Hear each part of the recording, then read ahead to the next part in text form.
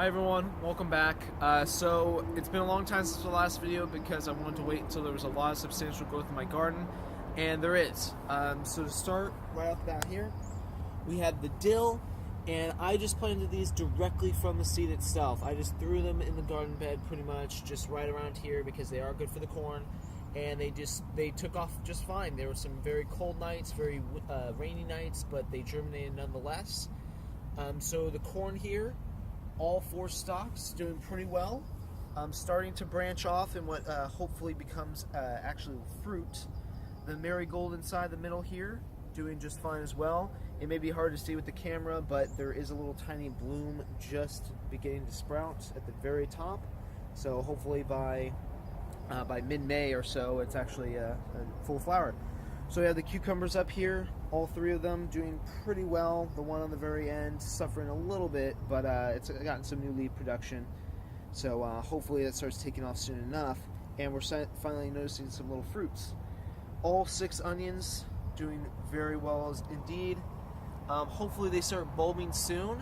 It's apparently when the days are at least around 12 hours long that they start bulbing. So that's just around the corner, to be honest. Right now they're just started to get sun. It's around 8 o'clock, and the sun's setting probably around 7:30, so we're almost there. Our strawberry plant, again, I did not plant this from seed. This was just something I got from Lowe's for the hell of it, but it is starting to produce fruits, and they have grown in the past week or so. So hopefully have some strawberries in the next month. And what I'm really proud of is actually this lettuce. So from previous videos, if you know, I only had 1 lettuce seed germinate out of the entire bunch of 6, but this one has just blossomed into a really beautiful crop. I mean, the leaves are just fantastic. To protect them at this point from getting any diseases or blight, I have dug the soil around it just to keep the leaves out of it.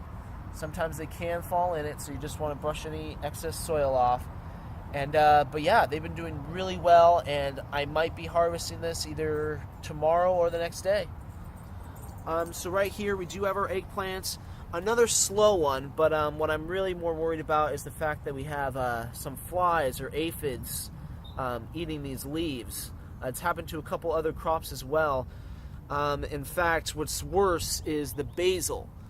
So at first I was pretty confident that these plants would do pretty well, but I guess they're just really intolerant to the cold, and they don't like overhead watering, and they are also a huge attractor of pests.